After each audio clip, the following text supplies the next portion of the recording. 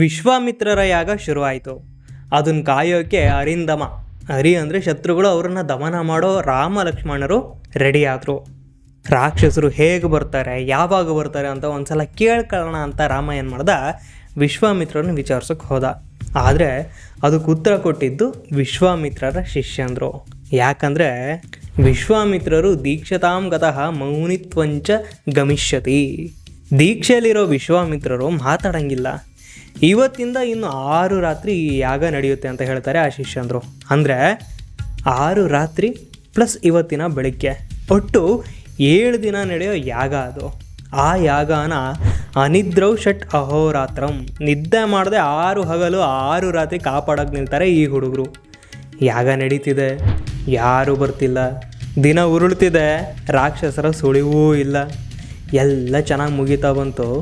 6ನೇ ದಿನ ಅದು, ಪೂರ್ಣಾಹುತಿ ಕೊಡೋ ಟೈಮ್ ಕೂಡ ಬಂತು. ಆಗ ರಾಮ ಲಕ್ಷ್ಮಣನಿಗೆ ಅಲರ್ಟ್ ಆಗಿರೋಕೆ ಹೇಳ್ದ. ಈ ಕಡೆ ರಾಮ ಯುದ್ಧೋತ್ಸಾಹದಲ್ಲಿದ್ದಾನೆ, ಆ ಕಡೆ ಯಜ್ಞಕೊಂಡ ದಗ್ಗಂತ ಪ್ರಜ್ವಲಿಸ್ತಾ ಇದ್ದ. ಆ ಸೀನ್ ಹೆಂಗಿತ್ತು ಅಂತ ಕಣ್ಣಿಗೆ ಕಟ್ಟಂಗೆ ಬರೀತಾರೆ ವಾಲ್ಮೀಕಿಗಳು. ಮಧ್ಯದಲ್ಲಿ ಯಜ್ಞಕೊಂಡ, ಸುತ್ತಲೂ ಋತ್ವಿಜರು, ಅಲ್ಲಿ ಒಂದು ಕಡೆ ದರ್ಭೆ, ಚಮಸ, ಸುರುಕು ಅಂದರೆ ಯಜ್ಞಕುಂಡಕ್ಕೆ ತುಪ್ಪ ಸುರಿಯೋ ಪಾತ್ರೆಗಳು, ಪದಾರ್ಥಗಳಿದ್ವು. ಇನ್ನೊಂದು ಕಡೆ ಸಮಿತಿಗಳು, ಮತ್ತೊಂದು ಕಡೆ ಹೂವಿನ ರಾಶಿ. ಅದನ್ನೆಲ್ಲ ಬಳಸ್ಕೊಂಡು ಅದ್ಭುತವಾಗಿ ಯಾಗ ಮುಂದುವರಿತಿತ್ತು. ಆಗ ಇದ್ದಕ್ಕಿದ್ದಂಗೆ ಆಕಾಶೇಚ ಮಹಾನ್ ಶಬ್ದ ಪ್ರಾದುರಾಸಿದ್ ಭಯಾನಕ.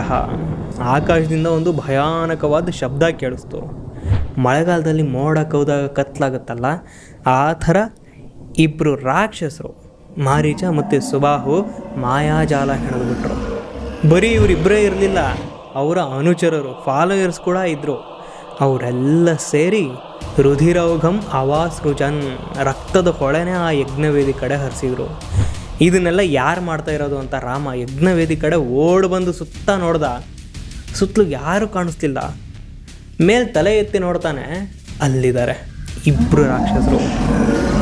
ಅವರು ನೋಡಿ ರಾಮ ಲಕ್ಷ್ಮಣಿಗೆ ಹೇಳ್ತಾನೆ, ಲಕ್ಷ್ಮಣ ಅಲ್ಲಿ ನೋಡು, ದುರ್ವೃತ್ತಾನ್ ರಾಕ್ಷಸಾನ್ ಪಿಶಿತ ಅಶನಾನ್, ಕೆಟ್ಟ ಕೆಲಸ ಮಾಡೋ ಹಸಿ ಮಾಂಸ, ನರಮಾಂಸ ತಿನ್ನೋ ರಾಕ್ಷಸರು, ಅವ್ರನ್ನ ನಾನು ಮಾನವಾಸ್ತ್ರದಿಂದ ಅನಿಲೇನ ಘನಾನಿ ಯಥ, ಗಾಳಿ ಹೆಂಗೆ ಮೋಡ ಓಡಿಸುತ್ತೋ ಹಂಗೆ ಓಡಿಸ್ಬಿಡ್ತೀನಿ ಅಂತಾನೆ. ಇಲ್ಲಿ ರಾಮ ಅವ್ರನ್ನ ಕೊಲ್ತೀನಿ ಅಂತಿಲ್ಲ, ಓಡಿಸ್ತೀನಿ ಅಂತಿದ್ದಾನೆ. ಈ ರಾಕ್ಷಸರ ಮೇಲೆ ಪ್ರಯೋಗ ಮಾಡ್ತಾ ಇರೋದು ಎಂಥ ಅಸ್ತ್ರ?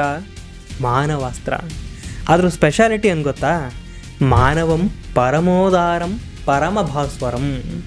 ಆ ಅಸ್ತ್ರದ ಉದ್ದೇಶನೇ ಕಾರುಣ್ಯದ ಪ್ರಭೆ ಚೆಲ್ಲೋದು. ಅಂಥ ಅಸ್ತ್ರನ ಮಾರೀಚನ ಎದೆ ಹೊಡಿತಾನೆ ರಾಮ.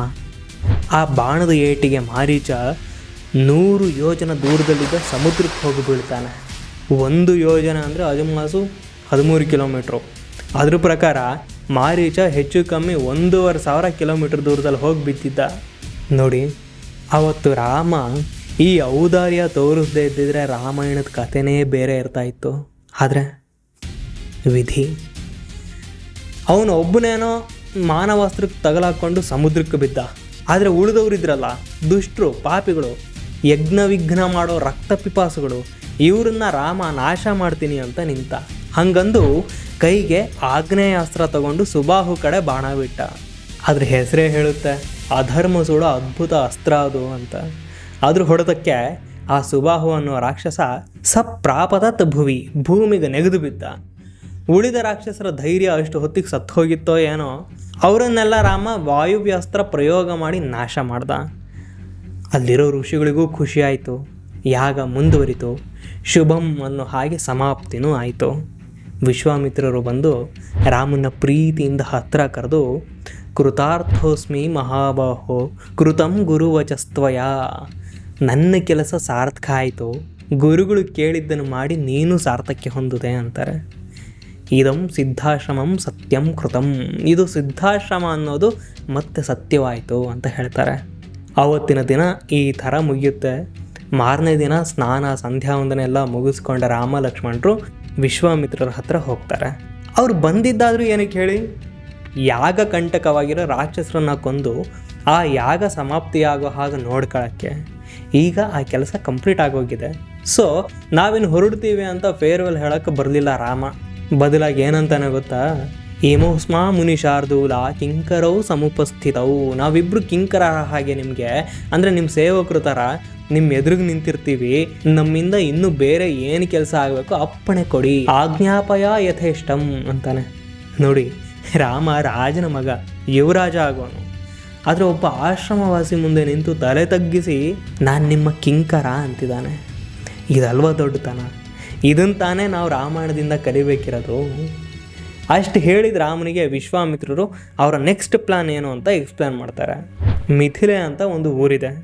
ಅಲ್ಲಿ ಜನಕ ಅನ್ನೋನೊಬ್ಬ ರಾಜ ಇದ್ದಾನೆ. ಅವನು ಒಂದು ಯಾಗ ಮಾಡ್ತಾ ಇದ್ದಾನೆ. ನಾವೆಲ್ಲರೂ ಅಲ್ಲಿಗೆ ಹೋಗ್ತಾ ಇದ್ದೀವಿ, ನೀವು ಬನ್ನಿ, ಚೆನ್ನಾಗಿರುತ್ತೆ ಅಂತ ಹೇಳ್ತಾರೆ. ಬರೀ ಯಾಗದಲ್ಲಿ ಭಾಗವಹಿಸೋಕ್ಕೆ ಈ ರಾಜಪುತ್ರರು ಹೋಗಬೇಕಾ?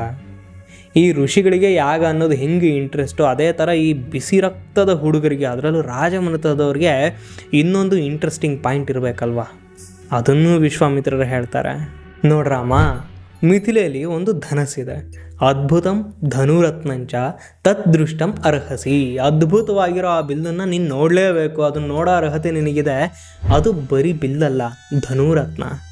ಹಿಂದೆ ಯಾಗ ಮಾಡಬೇಕಾದ್ರೆ ದೇವತೆಗಳೇ ಜನಕನ ಕೈಗೆ ಆ ಧನಸ್ಸನ್ನು ಕೊಟ್ಟಿದ್ರು. ಅದು ಅಪ್ರಮೇಯ ಬಲಂ ಘೋರಂ ಪರಮಭಾಸ್ವರಂ.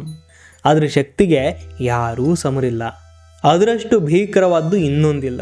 ದಿವ್ಯ ಪ್ರಭೆಯಿಂದ ಹೊಳಿತಿರೋ ಆ ಬಿಲ್ಲನ್ನು ನಾಸ್ಯದೇವ ನ ಗಂಧರ್ವ ನ ಅಸುರ ನ ಚ ರಾಕ್ಷಸಃ. ದೇವತೆಗಳು, ಗಂಧರ್ವರು, ಅಸುರ, ರಾಕ್ಷಸರು ಯಾರಿಂದಲೂ ಕೂಡ ಅದರ ಹೆದೆ ಏರಿಸೋಕ್ಕೆ ಸಾಧ್ಯವಾಗ್ತಾ ಇಲ್ಲ.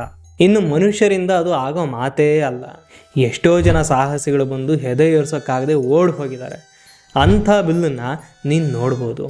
ಯಾಗದಲ್ಲಿ ಭಾಗಿಯಾದ ಲಾಭವೂ ಸಿಗುತ್ತೆ, ಅದ್ರ ಜೊತೆಗೆ ಈ ಬಿಲ್ಲನ್ನು ನೋಡ್ದಂಗಾಗುತ್ತೆ. ಬಾ ನಮ್ಮ ಜೊತೆ ಅಂತ ಹೇಳಿ ಅವರಿಬ್ಬರನ್ನು ಹೊರಡಿಸ್ಕೊಂಡು ಮಿಥಿಲೆಯ ಕಡೆ ಹೊರಡ್ತಾರೆ ವಿಶ್ವಾಮಿತ್ರರು. ಹೋಗುವಾಗ ಅವ್ರ ಶಿಷ್ಟಾಚಾರ ನೋಡಿ ಸುಮ್ಮನೆ ಹೋಗಲಿಲ್ಲ. ಆ ಕಾಡಿಗೆ, ಆ ಕಾಡಲ್ಲಿದ್ದ ಸಿದ್ಧಾಶ್ರಮಕ್ಕೆ ಒಂದು ಮಾತು ಹೇಳ್ತಾರೆ. ಸ್ವಸ್ತಿಮಾ ಅಸ್ತು. ಈ ಕಾಡಿಗೆ, ಈ ಸಿದ್ಧಾಶ್ರಮಕ್ಕೆ ಒಳ್ಳೆಯದಾಗಲಿ. ನಾನಿನ್ನು ಉತ್ತರೇ ಜಾಹ್ನವಿ ತೀರೆ ಹಿಮವಂತಂ ಶಿಲೋಚ್ಛಯಂ. ಗಂಗೆಯ ಉತ್ತರ ದಿಕ್ಕಲ್ಲಿರೋ ಹಿಮಾಲಯದ ಕಡೆಗೆ ಹೊರಡ್ತೀನಿ ಅಂತ ಹೇಳಿ ಅಲ್ಲಿಂದ ಹೊರಡ್ತಾರೆ. ಗಂಗೆಯ ತೀರ, ಹಿಮಾಲಯ, ಇದೆಲ್ಲ ಧ್ಯಾನ, ತಪಸ್ಸು, ಯೋಗ, ದೇವದರ್ಶನ, ಪರಮಜ್ಞಾನದ ನೆಲೆ. ಆ ಕಡೆ ಹೊರಡ್ತಾರೆ. ಅವ್ರ ಹಿಂದೆ ಬ್ರಹ್ಮವಾದಿ ಋಷಿಗಳ ಒಂದು ದಂಡೇ ಹೊರಡುತ್ತೆ. ಬರೀ ಶಿಷ್ಯರಲ್ಲ, ಆ ಸಿದ್ಧಾಶ್ರಮದಲ್ಲಿದ್ದ ಮೃಗ ಪಕ್ಷಿಗಳು ಕೂಡ ಅವ್ರ ಹಿಂದೆ ಬರ್ತಾವಂತೆ. ಅವುಗಳ ಪ್ರೀತಿ ಇನ್ನೆಷ್ಟಿರ್ಬೋದು ಊಹೆ ಮಾಡ್ಕೊಳ್ಳೋದು ಕಷ್ಟ ನಮಗೆ ಅಲ್ವಾ? ಅವನ್ನೆಲ್ಲ ವಾಪಸ್ ಕಳಿಸೋ ಹೊತ್ತಿಗೆ ಅದೆಷ್ಟೋ ದೂರ ಬಂದುಬಿಟ್ಟಿರ್ತಾರೆ. ಸೂರ್ಯ ಮುಳುಗೋ ಹೊತ್ತಿಗೆ ಕರೆಕ್ಟಾಗಿ ಶೋಣಾ ನದಿ ತೀರಕ್ಕೆ ಬರ್ತಾರೆ. ಅಲ್ಲೇ ಸ್ನಾನ ಮುಗಿಸಿ ಅಗ್ನಿ ಕಾರ್ಯ ಮಾಡಿ ವಿಶ್ವಾಮಿತ್ರರ ಮುಂದೆ ಈ ರಾಮ ಲಕ್ಷ್ಮಣರು ಕೂತ್ಕೋತಾರೆ. ಅವ್ರ ಮುಂದೆ ಕೂತಿದ್ದ ರಾಮ, ಗುರುಗಳ ಈ ಜಾಗಕ್ಕೆ ಏನಾದರೂ ಐತಿಹ್ಯ ಇದೆಯಾ, ಇದ್ರ ಹಿಂದೆ ಏನಾದರೂ ಕಥೆ ಇದೆಯಾ ಅಂತ ಕೇಳ್ತಾನೆ. ಆಗ ಒಂದು ಅದ್ಭುತವಾದ ಕಥೆ ಬರುತ್ತೆ. ಅದನ್ನು ನಾವು ಮುಂದಿನ ಎಪಿಸೋಡ್ನಲ್ಲಿ ನೋಡೋಣ. ಮತ್ತೆ ಮುಂದಿನ ವಾರ ಸಿಗೋಣ. ನಮಸ್ಕಾರ.